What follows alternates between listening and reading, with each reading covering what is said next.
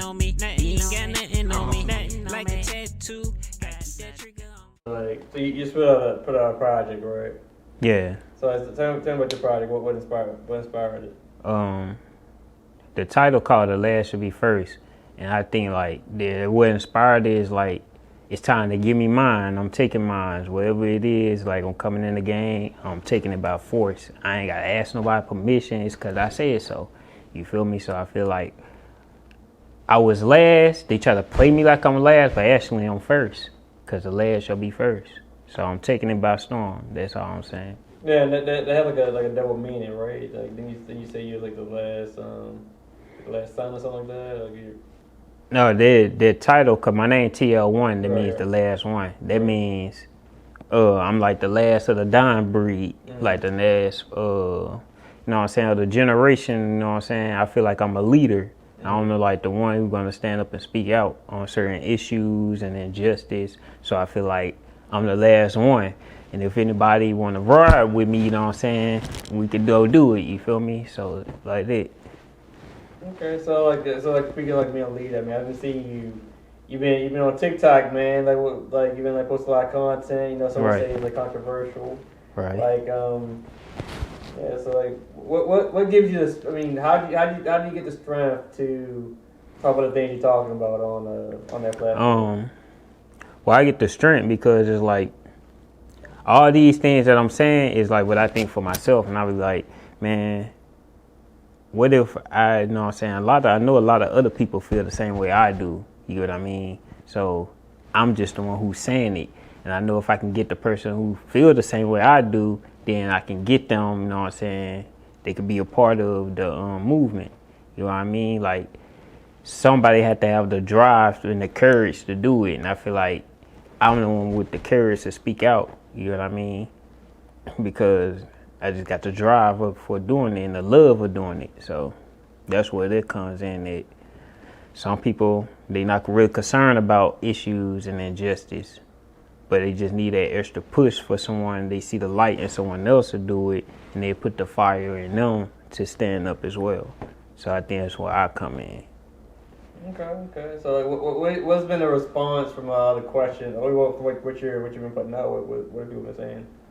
I got people agree with it. They're like I said, like they had this one person like, man, I've been thinking the same way he been thinking, but finally someone stood up and said it. He had the guts, he had the nuts to say what need to be said.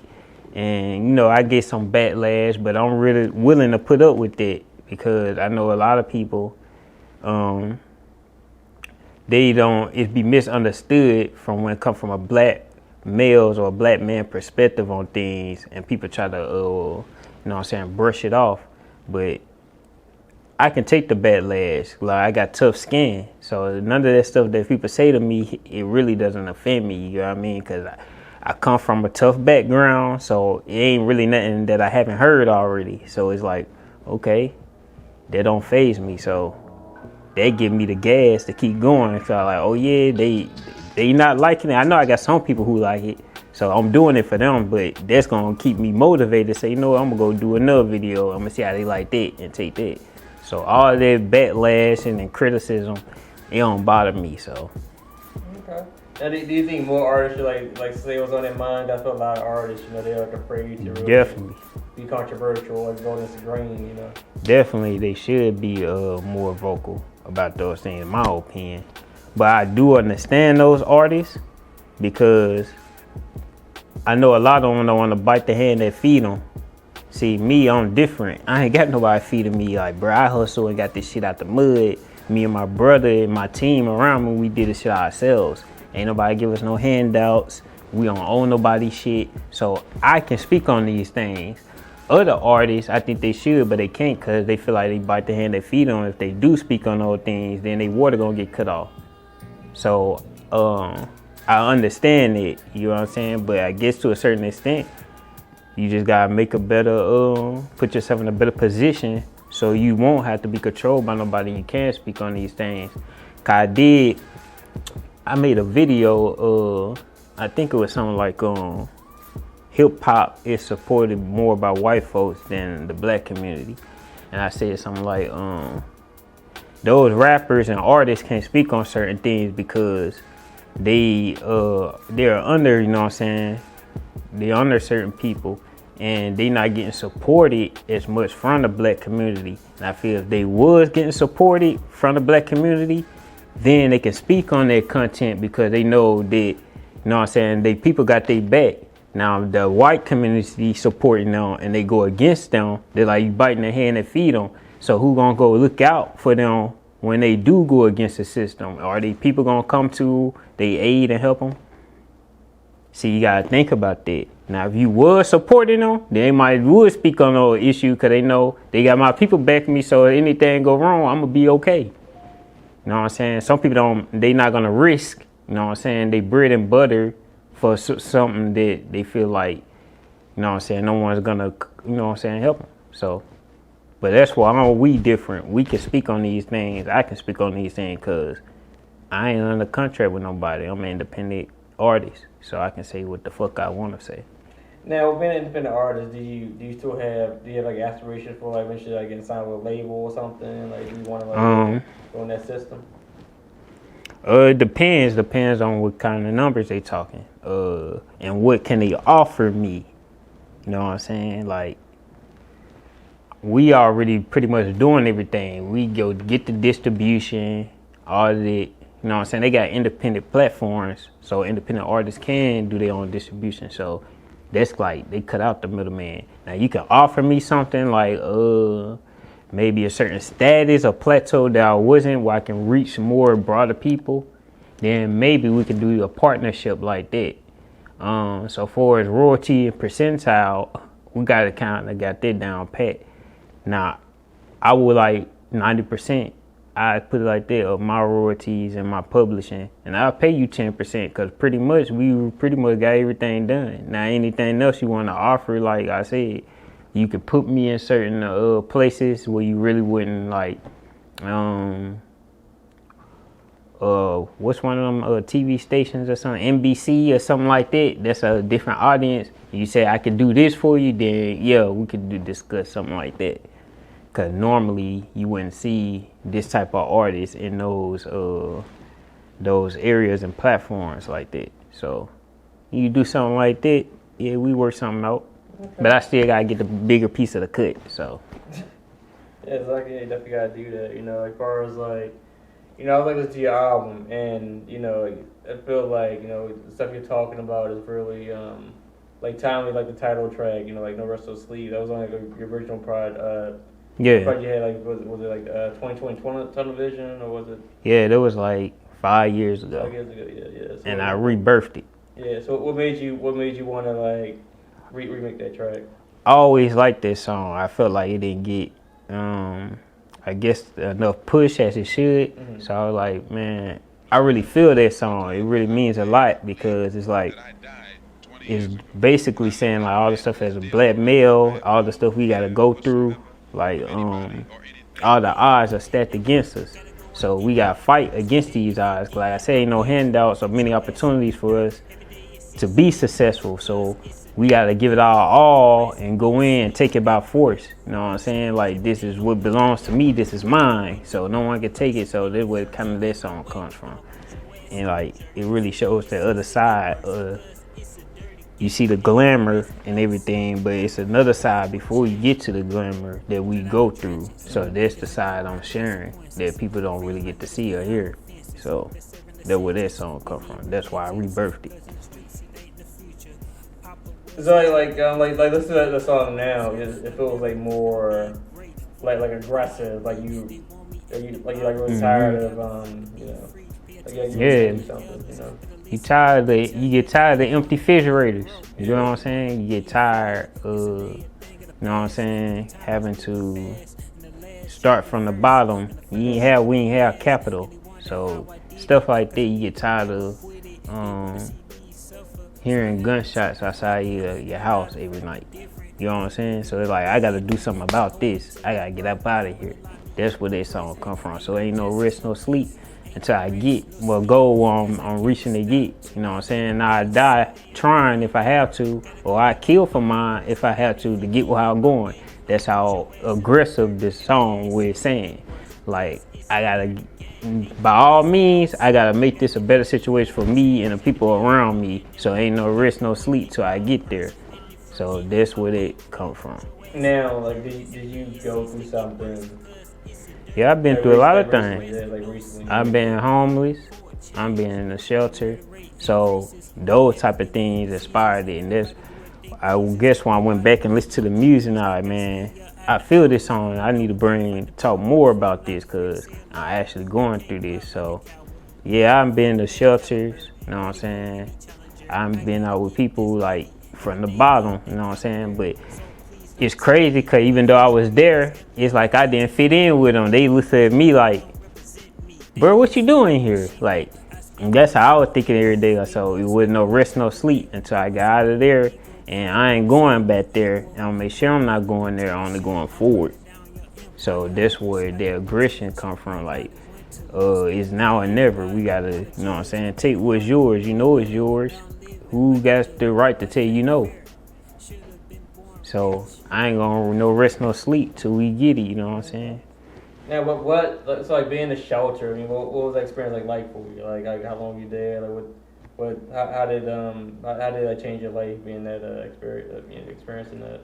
I can relate to a lot of people. I seen a lot of people human, the white, black, Hispanic. I see we all go through similar things. It don't matter who you is. It don't matter how big you think you is. Life is life, and you human. So people go through things, and you can end up in a predicament that you may never thought you would happen to you. So it's really humbling, and it shows you how to connect with different people from different areas and places. I met doctors, lawyers, they was homeless in there. You feel me? So they come from a good background, and a lot of it, I think it come from drugs. Like, end up getting on some type of drugs and it ruined their life. So it taught me about that. You know what I'm saying? I never been to drugs. I like smoke weed, but other than that. So you saying there are like doctors in there who were like homeless? Yeah, people who came from a great background where they had good parents. The parents try to look out for them, but you know they get on drugs and then they go to the street. But they had rich parents. You know what I'm saying?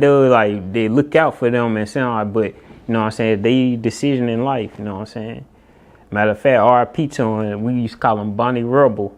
He was in there as a white guy, and he used to tell you know what I'm saying? His people used to kind of had a rich background, mother and father and stuff, but he just couldn't get on the right track, and you know what I'm saying? He OD'd recently, so R.I.P. to him.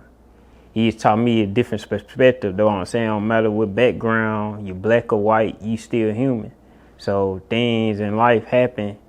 Just show you just gotta make the best decisions. Be careful with your decisions that you're making, because this is what path it can lead to. So yeah, it taught me a lot of stuff. It taught me to be grateful for certain things. You know what I mean? Be clean. Always have a positive sense of humor. Yeah, I met another guy out there, shout out P.I. You know what I'm saying? He always kept the sense of humor going. Cause you know, when you're in the shelter, a lot of people be depressed. They be going to bed early. You know what I'm saying? I used to get there. I used to come back from work. You know what I'm saying? And the whole dorm room be dark. I'm like, dang, I ain't been. Everybody asleep. Like, they depressed in there. So it taught me to keep a sense of humor and bring life and bring the spirit now, you know what I'm saying, get everybody back to going, you know what I'm saying? Stuff like that. Now, like, you got into like an incident there too, right? Like, you want to talk about that? Like, oh yeah, yeah, they found some. I got kicked out of the shelter because they found some weed in like one of them bunker, whatever cases thing, you know what I'm saying? Before every morning, we gotta get out like at 9 o'clock, so we gotta be up at 9 o'clock, and they send everybody downstairs. And then that's when the cleaning crew come through, and they clean up all your area, make sure everything clean. And you know, the staff were hating on me because, like I said, although I was homeless, you couldn't tell. Like, I was looking better than the motherfucker who working in there. Like, man, who is this guy? So they knew me and my brother, we smoked weed. You know what I'm saying? So they could never find it on us though. Like, we smoke weed, we do take care of our business, we back on curfew time, like, there's nothing, we squeaky clean. So they had to go in there, like, I guess I went to work and I ended up leaving my weed in the bunker, and they went in there, got the thing, snapped the lock off that bitch, and they found it. And they found the weed, and they like, I had to go that same night. But I was telling them, like, we signed a slip that said you can't go in my personal belongings and shit like that, but shit got wild. I got put out. I had to go to like a halfway house or some shit. And how long you there for? I was only there for a month. After that, I got the fuck and got our own shit. So, right, facts, that. But yeah. But I learned a lot in the shelter. Like I said, there's a lot of dirty motherfuckers in there. You know what I'm saying? But despite that, we kept our shit clean. Mm-hmm. So that's how we stayed out. Like, just cause you homeless and you got no word that shows, like, you ain't keep your shit up, bro. What's your excuse? You gonna be around here nasty and, you know what I'm saying, moping, sad. Like, nah, bro, clean your shit up. And when we did it motivate other people to start cleaning their shit up. You know what I'm saying? That's how I looked at, like, when I went there, it's like, we was the light, we was leaders, and motherfuckers like, okay, you know what I'm saying, those dudes doing something. They're like, they ain't here to just stay homeless. It's just a certain situation happened, but they gonna be out of here like that. And it encourage other people to get on their shit and get up out of there as well. You know what I mean? And that's why the staff and shit, all that friction, all that shit, so. Let me ask you, so you like dressed around y'all, y'all flashy, y'all dressed like, like fancy, like the bling bling on? Yeah, I was dressing the same every day. Yeah. Like every day I was dressing like this. Or something similar to this. You know what I'm saying? Like, he clean, you know what I'm saying? I'm always buying stuff, so I got some money. Like, I'm in the shelter, but I got some money. I'm just negotiating, trying to get a place where I could get a place where to get an apartment. So they see, like, you gotta go through all your job, where you get your income from, all that type of stuff. Now, let me ask you this: so like someone who like look at your situation, they'll probably be like you dress, like I said, you wearing what you're wearing, you buying shit, like whatever. Like, what you would say to someone to say like your priorities were in order, as far as like what you're doing, Cause at that point I look at it like, yeah, my priority was in order. That's how you gotta get organized. When you at rock bottom, you gotta stop and look and be like, all right, what do I have to do and clean up where I get in order? And the first thing is, make sure you look presentable. No matter where you go, you look presentable. Even though I was in the shelter, when people see me out and about, they wouldn't even know I was in the shelter. They would have been surprised, like, dang, how you in the shelter? You know what I mean? Like, no matter where you go, make sure you carry yourself a certain way, because that represents you, who you is. So that's where I got that from. And that was prioritized with me. So it opened other doors and things. People want to, you know what I'm saying, do business with you. Them people that I'm talking to, they ain't know I'm homeless. What I was about to say is, all right, okay, so while you was in there, like, I mean, were you still making music? Were you being creative? Like, how did you entertain yourself? Yeah, I was, bro. Me and my brother, they had this library thing, right? And they allowed us to bring our speakers and our microphone in there and set up. And we wanted to go do music, we do music, but I recorded some songs in there that was on my last album I was recording. So, but I recorded some songs and stuff on there, but a lot of stuff I did was like missing. You know what I'm saying?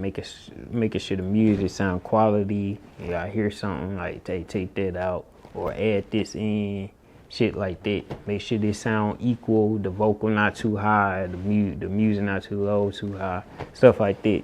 So, we had a party in that joint, so as soon as I turn the music on, everybody be around there.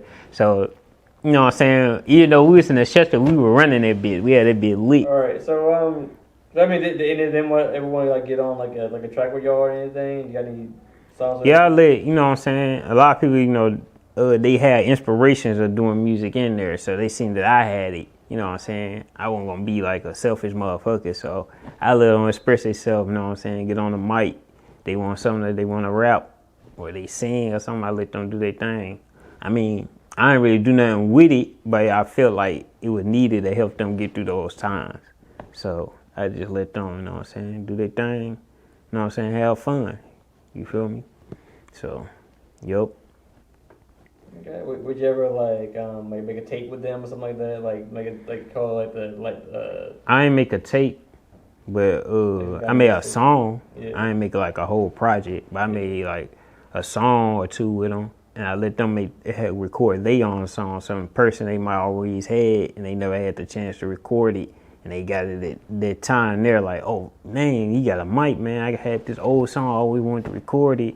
So I let them do stuff like that. You feel me?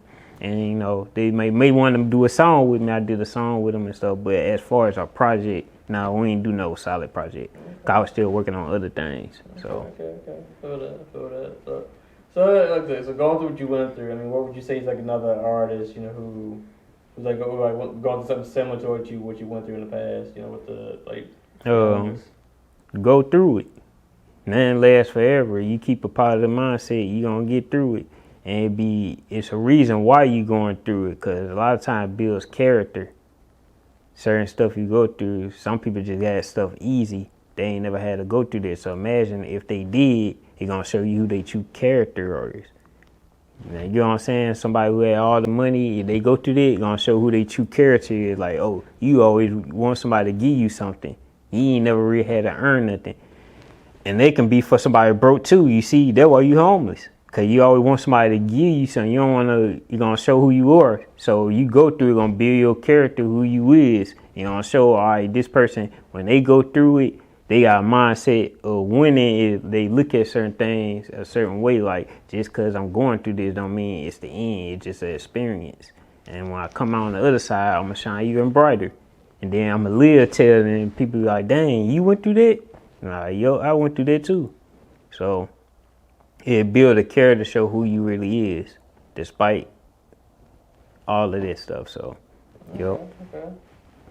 So, what would you say your favorite song, your new project is? What's your favorite song?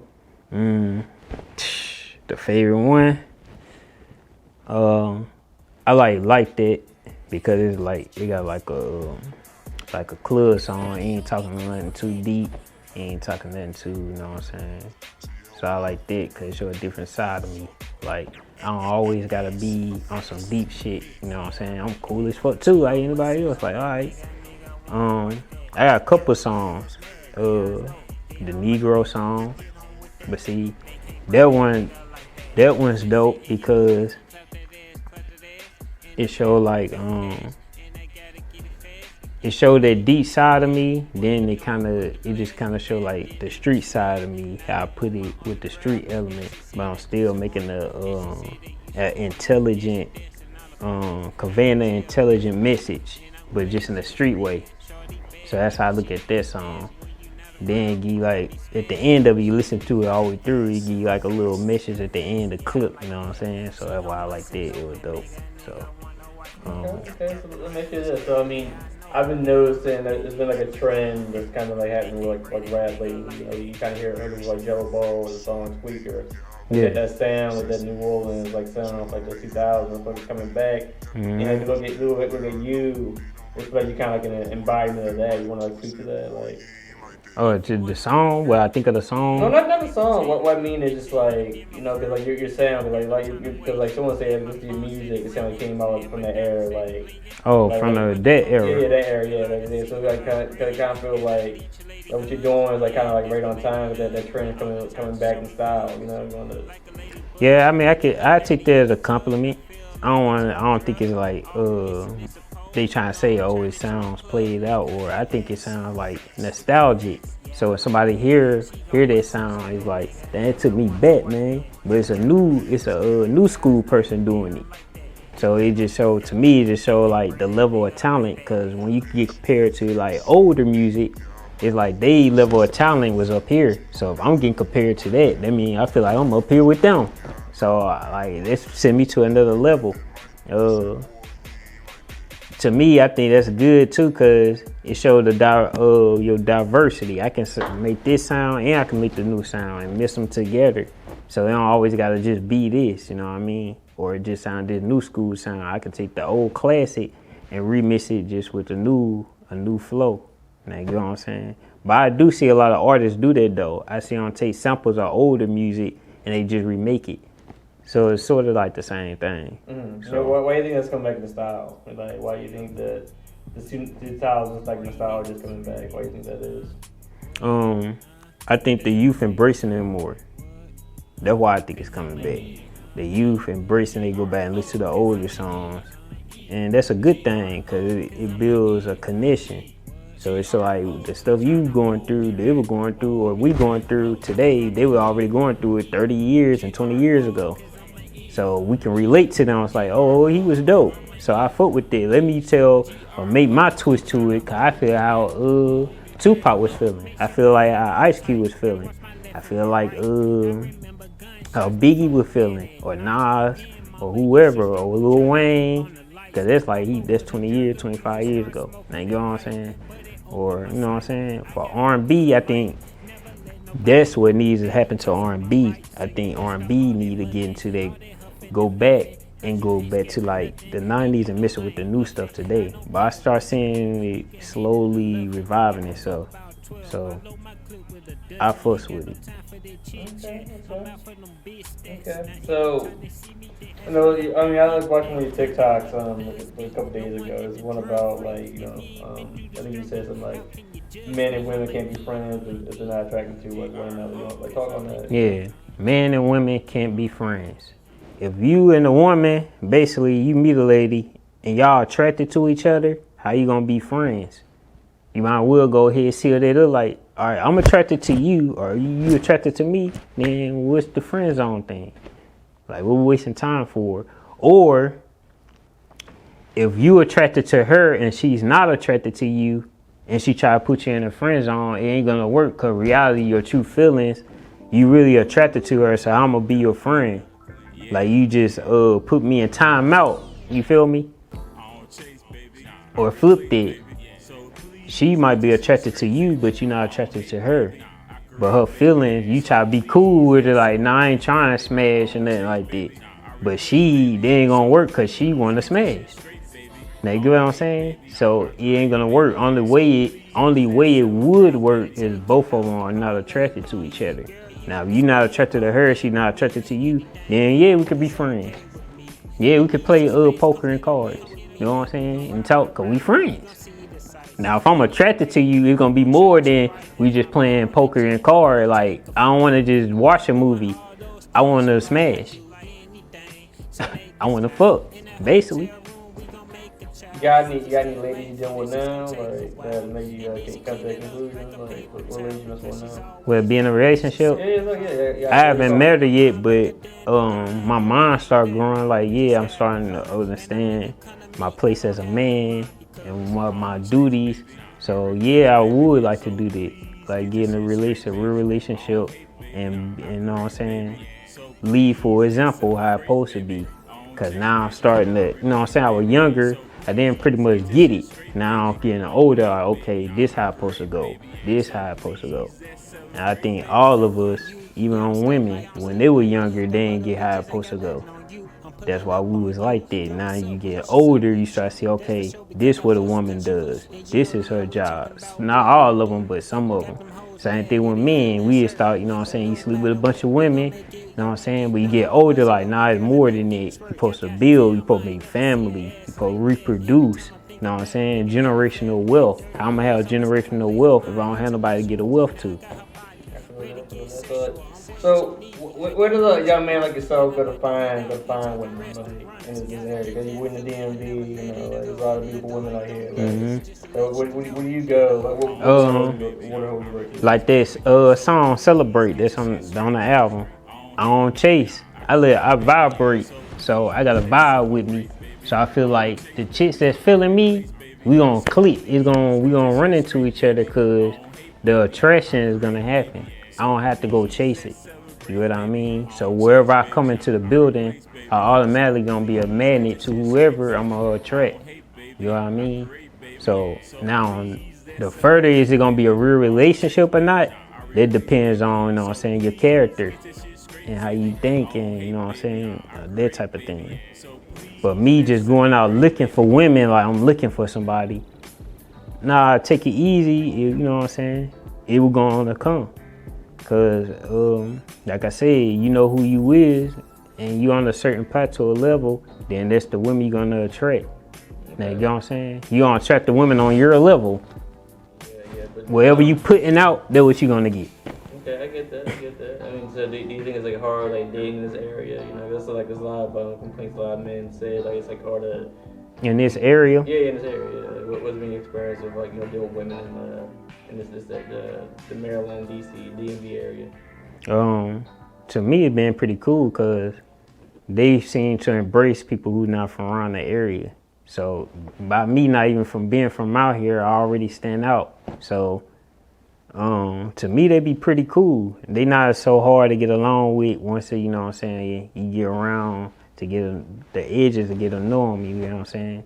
Now, I don't know for people who live out here may be different because they seen you all their life. You know what I mean? So they know who you is. You ain't interesting. I feel like that's be the thing too. Like it be hard dating because some women might see you a lot and you're not interesting to them. So it's hard for you to get their interest. Now, if you ain't from around there and you go a different place, then it'll be easier because like, question mark, who is that person? Now you spark their interest. That's why people go, what they call them, the passport boys, whatever. They go overseas because they ain't used to American men. Just go over there so you going to spark their interest. Now, the women in your area see you all the time. Maybe you need to get out that area. That's how I look at it. For me, it's been pretty cool. I get a chick, you know what I'm saying? I ain't saying all women, but I'm pretty confident I ain't get any woman that I desire to get. Mm-hmm. What kind of woman you desire? If you like someone gave you like some kind of I don't know, device, hey, look, like make your dream one. What would she look like? What would she be like?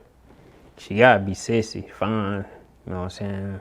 She gotta keep her body up, like gym, not the fast shit, not the plastic. So no BBL, nothing like that. Yeah, cause to me, if you go to the not no BBL.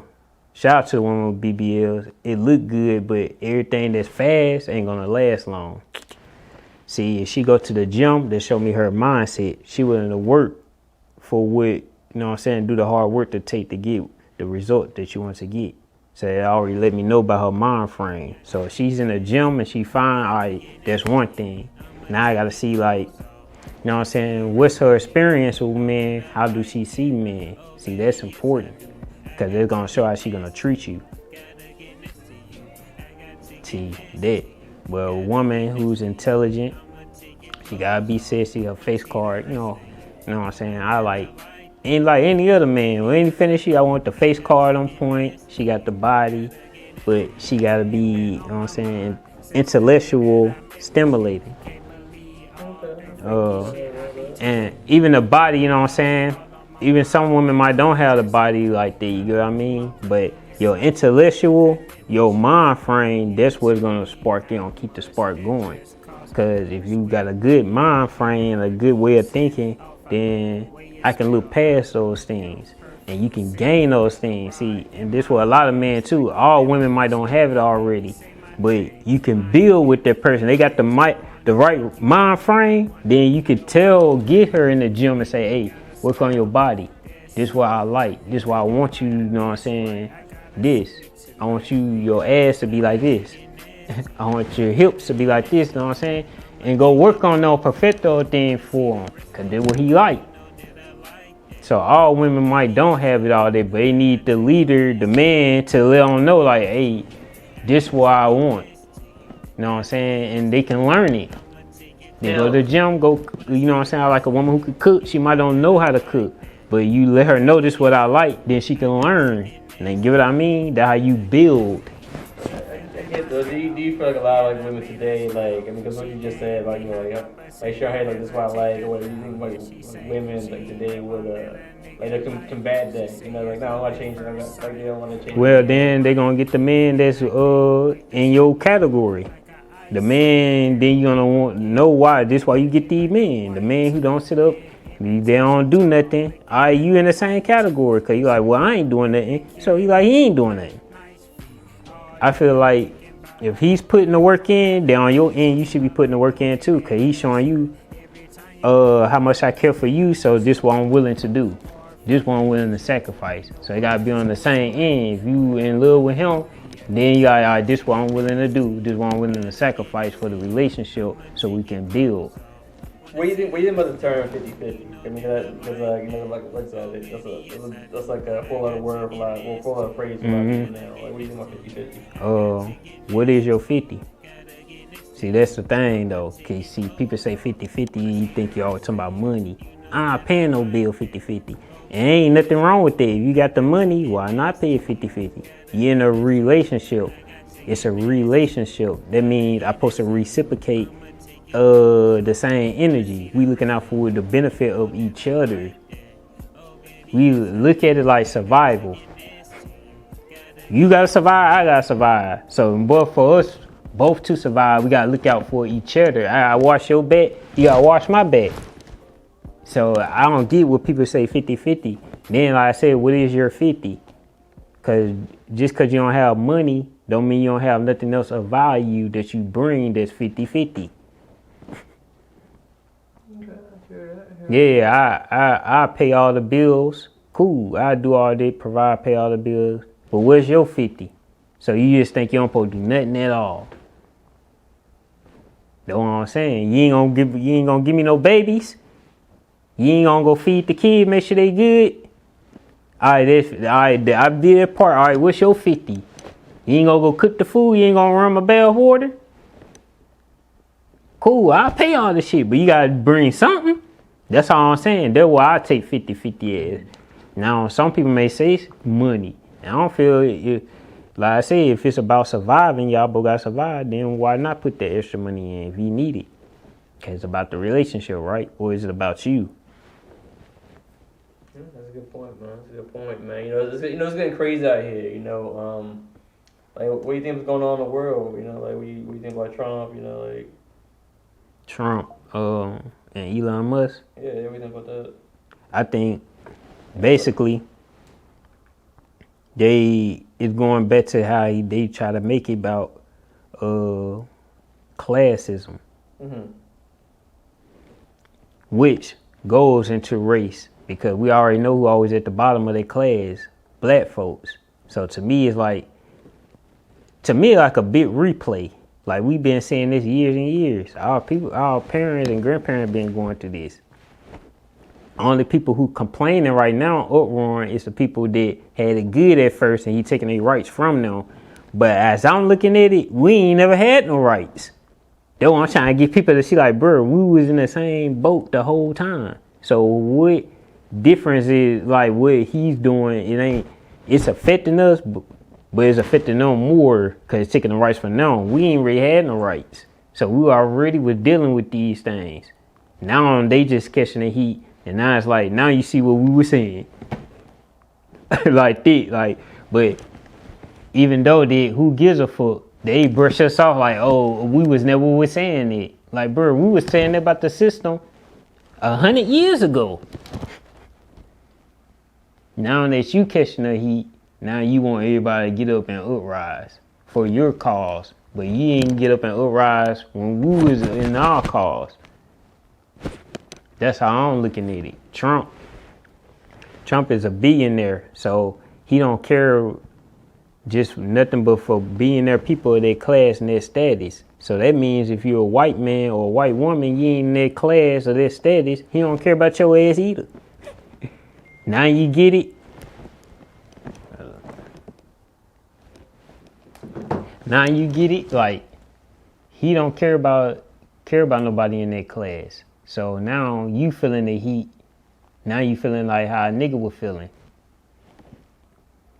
That's how I'm looking at it, like, dang, we were been saying it, but now you finally getting it, huh? Cause Trump don't care about all that. He care about his billionaire status. And he trying to make sure he stay on his billionaire status. Because how I'm looking at it, ain't no wars going on. All those countries, they all are in cahoots with each other. The media tell you what they want to tell you on TV, but behind closed doors, they laughing and eating pizza. They laughing and eating pizza because the real war is going to be between rich and poor. Do you have the resources or not? Who cares about your skin color? And that's what they failing to see. Who cares about is you a homosexual? Who cares if you a tranny or trans? Do you have resources or not? No, then we in the same boat. So what's the problem? So the war ain't gonna be between the countries, it's gonna be within your own country. They want to try and show them the division. It ain't against them or overseas or China, no. No, it's within here. Your everyday people, they gonna be going through it. Cause he care about his billionaire status, so you ain't gonna have no water or food. So how you gonna survive around here? Now you get what I mean? I feel that. So us as a people, we need to come together with each other. Now finally, because now they trying to like exile everybody. Now, do you think, as far as like the black community is concerned, you think we can ever like come together, like like? We don't have to. It's gonna be do or die. How bad you gonna be like survival? How bad do you want to live here, or you don't want to live here that bad? One or the other. So you like, well, some of me might say, well, I had a nice life. Fuck it, I'm gone. But what about your children? What about the ones after you? See, that's what it is. All right, they got to continue to live here. So what are you going to do for survival? It's about survival now. And I think we get into the end of our rope. So it's now it's like do or die. Is you going to do it or you going to die? What is going to happen in this country next like 4 years? Like how you see this all playing out? These are the two things. We going to come back and take care of each other and love one another, or they going to take over. That's the end. They trying to read the New World Order is trying to get rid of niggas. That's the New World Orders. Get these niggas out of here. So it's just us. But that's not gonna happen because the beginning of civilization started with us, so it's gonna end with us. How I look at it, so that perspective, that's their perspective, that's how they wanted to go. The other way, we gonna end up coming together and look out for each other and build with one another and stop all the jealousy and hatred, because none of that shit ain't gonna matter no more when your kid's starving. So we get along like, hey man, look, I got 100 packs of water, you got 100 packs of water. Why won't we put these waters together so we can all have some water? Not one person got 100 packs of toilet paper for one ass. So all this for you, that's selfish. When you can look out for everybody. All right, he got 100, he got 50. All right, let's bring all these resources together so we have a way to survive. You gonna go that way or the other way? And the other way, that's how they trying to make it go. But we need to switch it and go the other way. Because in 10, 20 years, they don't look for us to be here. The white try to take the history out of school, all that. And all right, it's up to us to teach our children. See, now it's on you. We can do all this stuff too, like, you know what I'm saying? All the entertainment, but let's just do it for us. Stop wanting to go to the Oscars. The BET Awards, fine. What's wrong with the BET Awards? You don't look at yourself that way. You don't look at yourself with any pride. So that's why you gotta go to the Oscars. Like, I don't got nothing to prove to them people, bro. They either fuck with you or they don't. Cool. Why? But my people over here, they fuck with us, nigga. So that's all that matters. That's how I look at it. That's how you gotta see. You gotta see the BET Awards. But this is the Oscars. So we gonna present it like the Oscars. This will be the problem. Let me ask you this: what do you got planned? We got you just dropped this album. What you got coming up next? I'm working on another album, like always. I'm about to go hit this festival June 14th. All about the Taste of a DMV 2025. Y'all be there. I'm gonna be there. I got this Roku channel. I'm about to start this show where it's called Guess the Lyrics, and we're gonna be sending out cash prizes to people. We gonna just do like random genres of music, and if you can guess the lyric or the artist of that lyric, we seen cash prizes, $100, $20 cash out, stuff like that, get people involved. And I'm looking to start doing to some independent filming. I got like, I don't want to say the pitch on the camera because somebody might run off and steal it. So I say that for after the camera. But yeah, stuff like that. We get more visuals. I'm looking to get more visuals and stuff like that. So you see me everywhere. Okay. Anything else you want to say? Like, yeah, shout out to all the people that support us, man. Shout out to OB, he couldn't be here. Shout out to Key, they couldn't be here. All the ThugKlan, shout out to everybody. Hello, mama.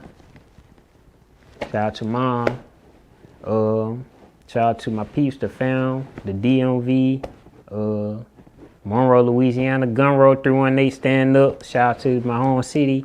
You know what I'm saying? And always remember, like, no matter what you go through, bro, your mindset, you make anything happen because God works through you, not for you. So he's within. So just much love to my people, man. ThugKlan ENT, true heroes using greatness can liberate a nation. That's our new street code we working on too. So we need to start getting the street codes back together, all that old shit like it's dead. So we built a whole new thing called True Heroes Using Greatness Can Liberate a Nation. That's ThugKlan.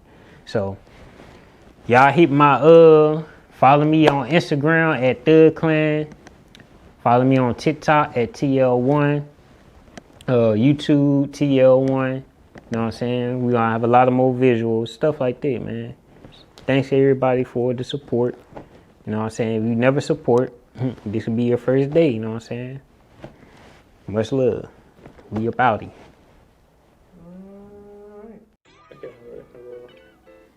Yeah, I want everybody to go check out the album, The Last Shall Be First, Part 2. And if you haven't checked out the first one, check out Part 1.